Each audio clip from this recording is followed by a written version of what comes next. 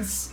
It's September 4th. I'm Pat Mayo, and I got a rankings update for Fantasy Football Week 1 with all the latest news, rumors, and updates from the NFL season. I'm going to start trying to do these every single morning, a quick update for what you need to know as quick as possible. If you want the overall rankings list, they're free. They're down in the description. Just click on them if you want to be spoiled with the guys that I'm talking about right now. Okay, let's jump into it. Jamar Chase still has not signed with the Bengals. Maybe it happens later today, but it has not happened as of yet. The closer we get to week 1, the worse off this is going to be. I finally had to bite the bullet. I've changed my rankings. Chase moved from 4 to 9. He's now at number 25 in the rankings. Higgins is up to number 12. You have Andre Yeshmash, or Yoshi's in the mid-50s at this point, and then you have Burton a little bit farther down with the Trey Tuckers and the Greg Dortches of the world, in case they end up going to him or playing 3 wide receiver sets. I actually like Burton more than I like Yoshi long-term, but for week 1, I'll take the veteran presence who is more familiar with this offense and has a little bit more of a connection in style with players on the field. But with Chase, I had to move him behind Devonta Smith because I just don't know whether or not he's going to play. I don't want to get into a situation where I left Devonta Smith on my bench on the Friday game and decided to wait for Jamar Chase, who may or may not play against the Patriots. At this point of the week, even if he signs on Sunday morning, he's probably going to be active for that game. The problem is, how much is he going to play? It's not going to be 100% of the snaps. He doesn't need 100% of the snaps to be effective for fantasy, hence why he's still number 25. I'm still waiting for him in case that upside comes through, but at this point, I just can't play legitimate options in the face of someone actually good. So keep your eyes open for the Jamar Chase news. If he signs, I will update the rankings, which again, you can find for free down in the description. Since you're here, smash like to this episode, share it around, help us out, and sub to Mayo Media Network, okay? Because I want to be doing these quick videos for you as much as possible. And once again, a reminder, Friday is the key day for all the Sunday games for injury reports. I'll be doing a Saturday morning update or a Friday night one to go along with these every single day. Jahmyr Gibbs is going to play. He says he feels about 98 to 100%. Good enough for me. Dan Campbell kind of confirms that. It's a great matchup on Sunday Night Football, so unless there's any setbacks, it's to the moon, tentatively, for Gibbs. He's still coming off a soft tissue injury. He's still in a split, theoretically, with David Montgomery, but I've moved him, that worry that I had, from 18 all the way up to 12, so he's a running back 1 for me in week 1. He plays 60% of the snaps this week. He's probably going to be top 5 going forward. I'm a bit cowardly in week 1 when it comes to volume, but I have Gibbs at number 12. Montgomery is going to be number 22. Mike Tomlin says he's optimistic that Jaylen Warren with his hamstring injury is going to be available for week 1 against the Falcons. That doesn't sound like good news. Optimism about Jaylen Warren playing?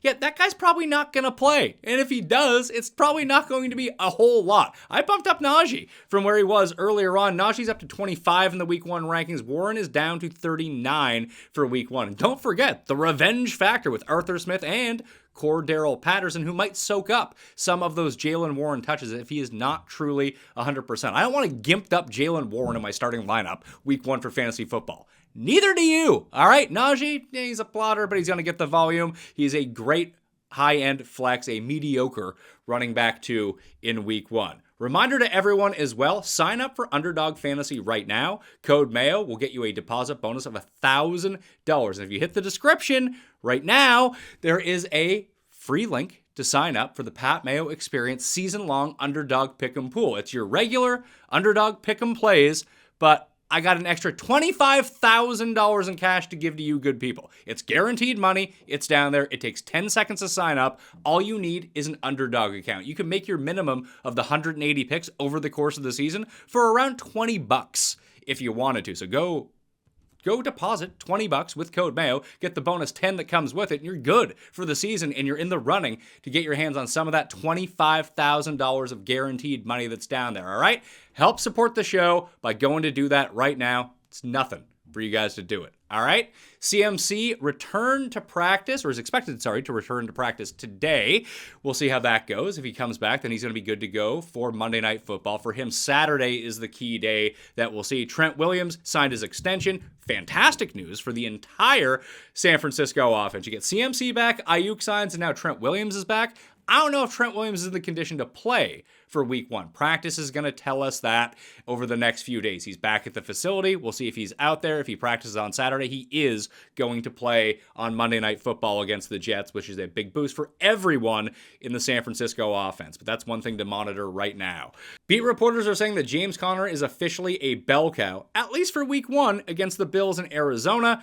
Love to hear this. I've bumped up James Conner to just behind Jahmyr Gibbs in the rankings. He's running back 13 for week 1 against Buffalo. That also makes Trey Benson, the rook, super rook potentially, if James Conner goes down, one of the highest end backups that you can have. He's not a play by any means, but he is a bench stash if you don't have any other backup options. If Conner goes down, Benson's probably a top 24 at least running back, maybe a top 15 guy depending on what they do. The only thing I'm pensive about with all Arizona running backs, and even Kyler Murray to a certain extent, is maybe the running backs get their touchdown stolen by Kyler Murray if he runs it in, and then if Kyler Murray gets his touchdown stolen by Clayton Tune, who they really enjoyed to bring in last season for the tush push, to not get Kyler Murray hurt. They actually ran the tush push at a better rate than the Eagles, and Clayton Tune was a big part of that. So from the 1 yard line, you might be waiting there, ready for Conner to score or Murray to score, and all of a sudden, Clayton Tune's in the game and you're pulling your hair out. So just be cognizant of that. I'm not bumping them down by any means, just a worry that I'm expressing to you that I have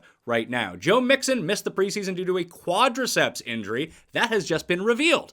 I bumped him down a little bit, but not much. He's still the guy in Houston. He's running back 16 for week 1. Chase Brown is listed as the primary kick returner for the Cincinnati Bengals on the team's depth chart in week 1. I think this is more of an indication that it's going to be Moss, not 80%, but probably like 65-35 with Brown playing primary. Passing snaps, not a lot of work between the tackles, but primarily too, you want the goal line work from Moss. So I did move him up just ahead of Tony Pollard and Devin Singletary and Gus Edwards at number 28 in the running back rankings for week 1. Chase is now number 37. Still valuable in deeper leagues as a low-end flex, but probably not someone you want to trot out in week 1. Pretty funny, though, that people are still all in on Chase after the world was collapsing when Kyren Williams had to return a punt last week. Now Chase is doing it. It's like, oh, it's just extra touches for him. Shows you who guys drafted and who guys didn't when it came to their analysis. That was the quick synopsis for Wednesday. Tune back in on Thursday morning for another drop. Hopefully we get our Ja'Marr Chase news and see where we go from there. I'll keep the rankings updated every single day. You can find those down in the description right now. Code Mayo at Underdog Fantasy and join that Pick'em lead.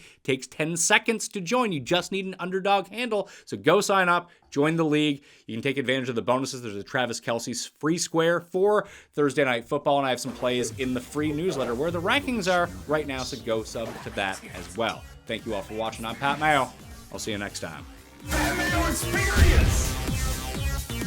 Experience!